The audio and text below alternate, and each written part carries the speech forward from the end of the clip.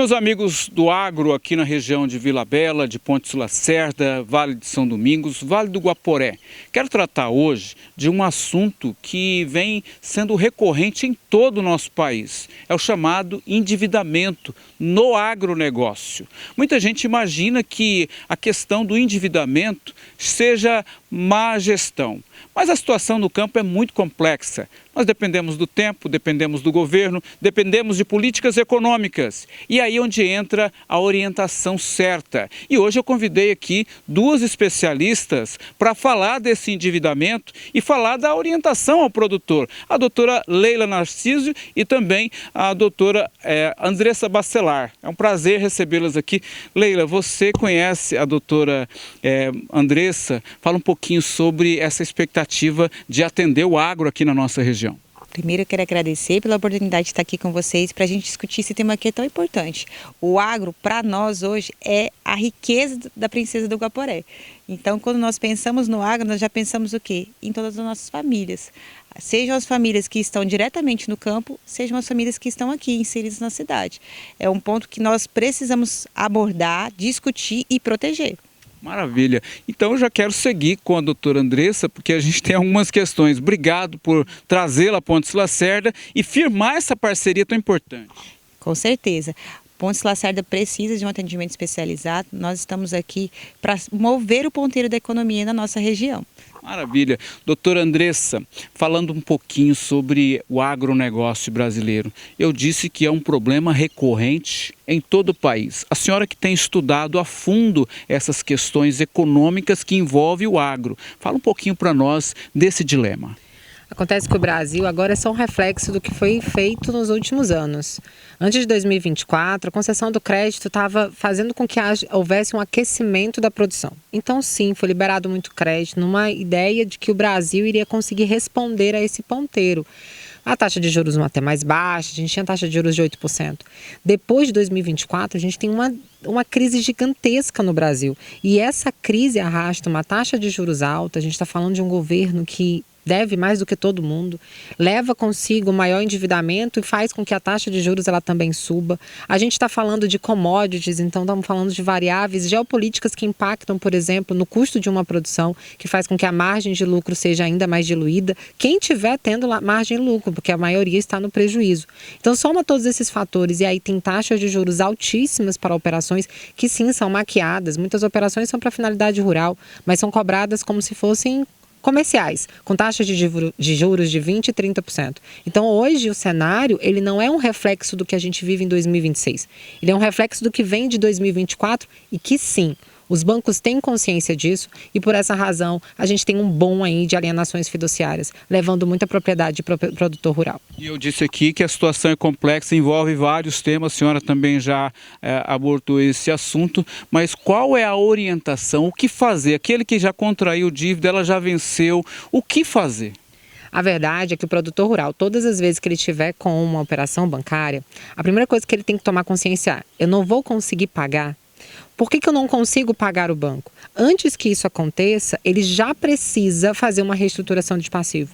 Porque, Toninho, só tem dois caminhos. Se ele procura o banco, ele sempre vai pagar mais. Porque o banco vai condicionar ele a fazer uma nova dívida para pagar a anterior, que a gente chama isso, inclusive, de uma ilegalidade chamada mata-mata. Que é quando um produtor ele faz um crédito para pagar outro crédito. Só que imagina, o primeiro já era caro, aí ele faz outro, fica mais caro ainda. Fica insustentável ele fazer esse pagamento no longo prazo. Então, quando o produtor ele se entende nesse lugar, que é uma consciência que precisa ser gerada para todo mundo, e esse trabalho que você está fazendo é magnífico para gerar essa informação, porque quando ele acessa, ele passa a ter consciência, ele não fica refém do banco e consegue proteger a sua propriedade e a produção. Falando de produção, falando de propriedade, muitos temem perder maquinário, perder infraestrutura, tudo aquilo que construiu ao longo de décadas, né?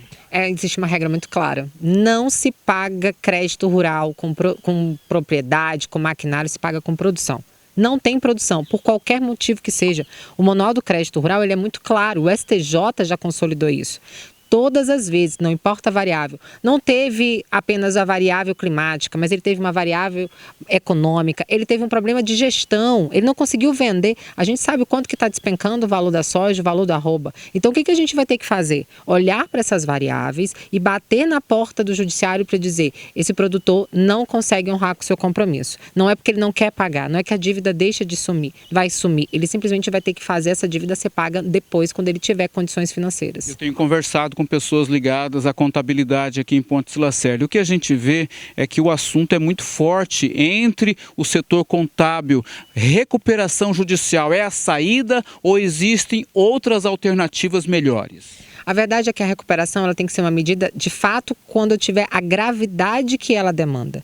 Esse produtor está devendo também fornecedor, esse produtor deve também tributos, ele não deve só ao banco. Quando ele está numa situação em que o endividamento dele é 360, de fato ele tem que buscar uma recuperação. Mas se ele deve só ao banco, existe normativa para isso. Existe o Manual do Crédito Rural que protege, a Bíblia do Produtor Rural. Ele tem também as resoluções do Banco Central que vão proteger e fazer com que essa dívida se torne realizável. Se a gente tira essa dívida agora do curto prazo e coloca ela no longo prazo, ele tem fôlego para produzir. Tendo fôlego para produzir, ele consegue pagar no futuro. Quais os erros mais comuns hoje ao contrair essa dívida? A primeira delas é negociar com o banco. Todas as vezes ele vai aumentar a dívida. A segunda é acreditar que se ele renegocia com o banco e ele sacrifica a sua terra e deixa de ser produtivo, ele vai conseguir solucionar o problema. E não é. É uma questão de segurança alimentar. Se um produtor deixa de produzir, é menos comida na mesa de todos nós. Então, sim, a gente vai precisar periciar, auditar. Tem muitos produtores, Toninho, que eles têm crédito com o banco e não sabem. De relacionamentos anteriores, que ele pode usar esse saldo para bater na dívida no tempo presente. E é exatamente aí que mora. Eu preciso, de fato, periciar, auditar, ver o que esse produtor está pagando, se é justo, e fazer esse cálculo e entregar para o banco. Aqui, olha, a dívida ela não era para ser 5 milhões, era para ser 4 milhões. E aí, a partir disso, a gente conseguia discutir e regularizar a situação dele. Agora, tem levantamentos que falam sobre a situação envolvendo essas negociações, as instituições financeiras, e quando faz-se uma varredura, uma peneira nesses contratos, aí a gente observa que o produtor precisava de uma orientação técnica e jurídica ao contrair essa dívida. É verdade, eu até brinco, né? Quem é que vai fazer uma cirurgia no coração com o ortopedista?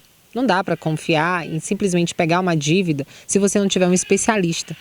A gente estuda o direito bancário há mais de 10 anos e eu posso te dizer que não é um fator só dos nossos estudos, é o Banco Central que mostra. A cada 10 contratos, 9 o banco não cumpre. Então, sim, existe um erro, só que a maioria não busca essa correção. E aí fica nesse efeito bomba que nós estamos vivendo. A gente ainda está na metade do ano. Então, com certeza, a gente tem variáveis climáticas que estão impactando a produção de muitos. E a gente sabe que isso é uma variável que o produtor não consegue gerir. Então a gente vai precisar sim, um especialista para auditar, para verificar cada um desses contratos e corrigir. Eu queria que a senhora falasse um pouquinho de um dos seus cases de sucesso ao realmente resolver situações como essa de produtores que chegaram até a senhora no ápice do desespero.